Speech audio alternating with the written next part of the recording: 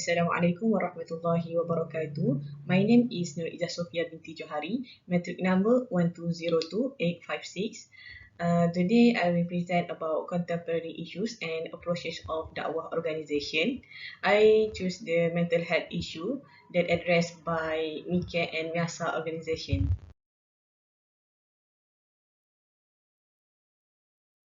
Okay, what is mental health? Mental health refers to a person's ability to think, feel, and act in their daily lives.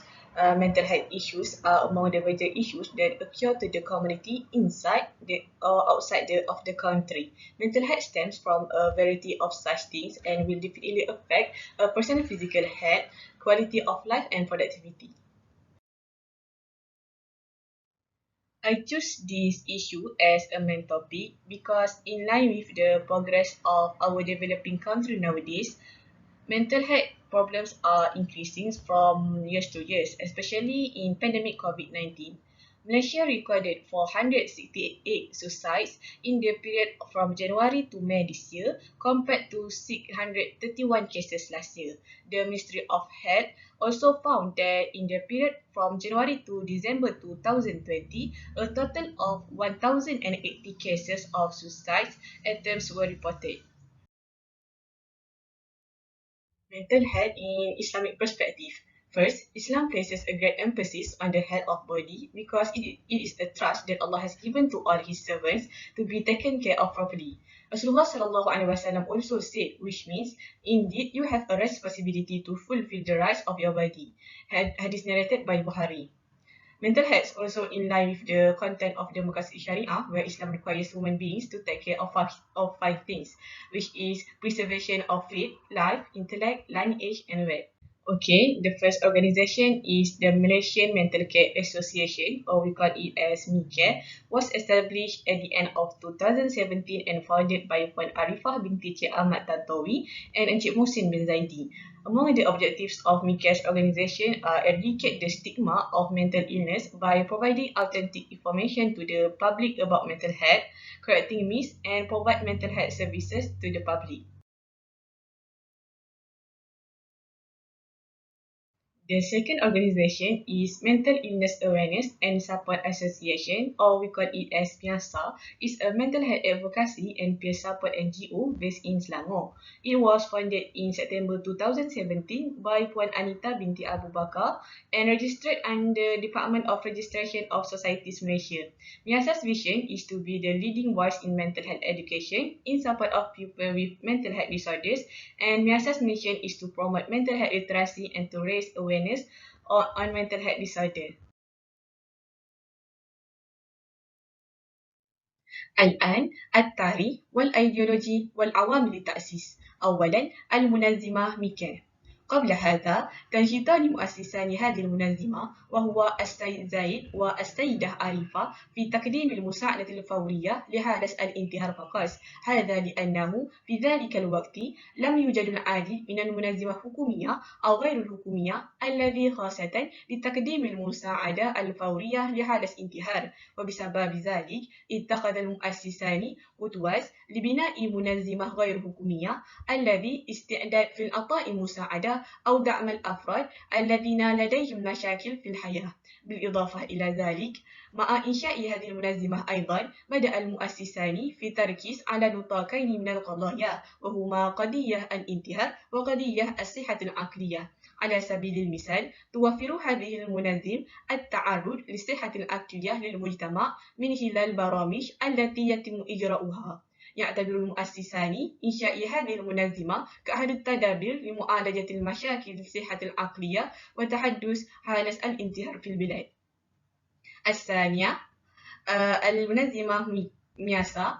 تأسست منظمة على يد مؤسسها السيدة أنيتا بنت أبو بكر. حصلت السيدة أنيتا على الإلهام لإنشاء هذه المنظمة بعد تجربته في معاناة المشاكل الصحة العقلية. تشعر السيدة أنيتا أن هذا المنظمة مهمة للتأسيس، خاصة لأولئك الذين يعانون من مشاكل الصحة العقلية. في الأساس تنشأ السيدة أنيتا هذه المنظمة لتعزيز الوعي بأهمية الصحة العقلية لمعالجة وتوضيح المفاهيم الخاطئة حول قضايا الصحة العقلية وحالتها، وتقديم الدعم للأقران ومقدم الرعاية من خلال برامج ومبادرات الدعم المختلفة. العوامل التي أدت إلى إنشاء هاتين المنظمتين ما زال متعلق للاستخدام حتى الآن، خاصة بعد اندلاع كوفيد-19 في بلادنا. هذا لأن معظم من المجتمع لديه القدرة على المواجهة الضعف العاطفي نتيجة لأزمة المالية، تكفية وظيفتك، مشاكل عائلة وغيرها. بشكل غير مباشر، هذا الوضع يمكن أن تؤثر على صحة عقليتهم ويجعلهم يميلون إلى الانتحار. لذلك فإن العوامل التأسيسية لهاتين المنظمتين تتماشى مع الوضع الحالي. التالي خطة الاستراتيجية. أولاً، في غضون 5 إلى 10 سنوات من الآن، لقد خططت منظمة ميكي لتوفير الوحدة التعليمية عن الوقاية من الانتحار وتوزيعها على جميع المدارس والمساجد كالإرشاد للمجتمع. في الأساس، يحتوي الوحدة التعليمية عن علامات الأفكار الانتحارية وكيفية التعامل مع الأشخاص الذين يرغبون في الانتحار ومهارة التعاطف. في زمن كوفيد الآن، تحدث منظمة ميكي أيضاً لتقديم المساعدة المالية لأولئك الذين يحتاجون إليها لتخفيف العبء عنهم. ثم ثانياً، المنظمة مياسا.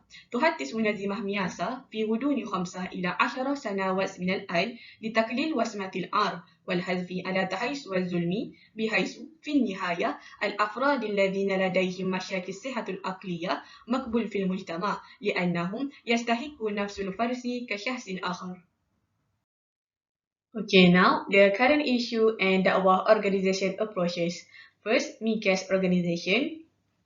Mika's organization has online emotional support group, which is Depression Survivors Measure. This group can be joined in Facebook platform and open to all walk of life and all of age. Then, Mika's organization also collaborate with the peer mentoring club or school as an approaches to adolescent because they think adolescent did not have a deep source about mental health issue. Mika's organization considered that they were not completely successful in addressing this issue, so that they try to conduct a more in-depth assessment to get a strategic solution. They also try to get feedback of the community's understanding of the issues. Then, Miasa's organization.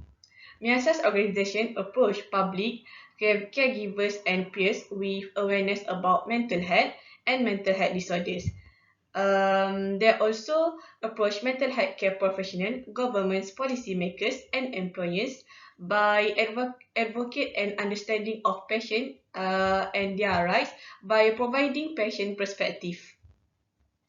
Then they also approach diagnosed and undiagnosed peers with applied a biopsychosocial and spiritual care model supported by their network of professional peers, patients, and volunteers.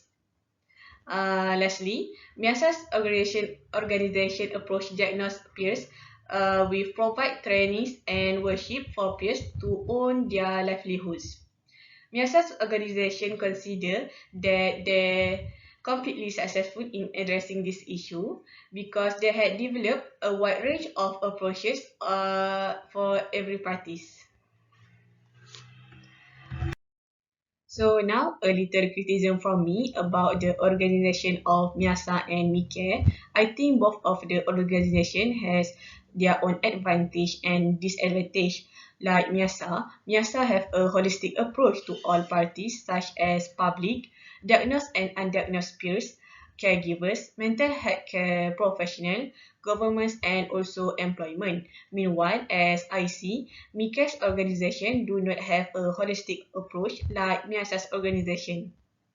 Okay, then Mika's organization provide assistance in terms of support to those in need without paying because actually Mika are not the organization that provide the counseling, therapy, and so on, but Mika cares, just the organization that give voluntary support to each other in the group that they had established, which is Depression Survivors Malaysia.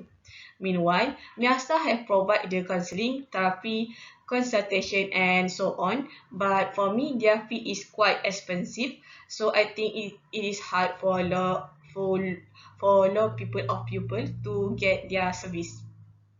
And my criticism about this issue, in my opinion, the issue of mental health needs to get more attention from religious groups because the stigma where mental health related to a person's level of faith is raised by most of the religious groups, so that society now will stick to the stigma. I think religious groups should try to eliminate that stigma because it can give bad effects to the patient, such they will start to hate or feel uncomfortable with religious people. And it also can make them distance themselves from the religion.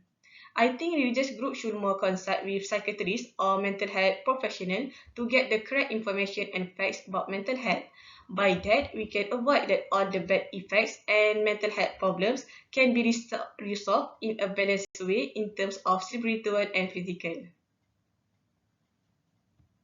As conclusion, Mika and Miasa are such as amazing organizations in addressing the issue of mental health in the community and can become an organization of public concern because of their great characteristic of organization. Just that from me. Thank you.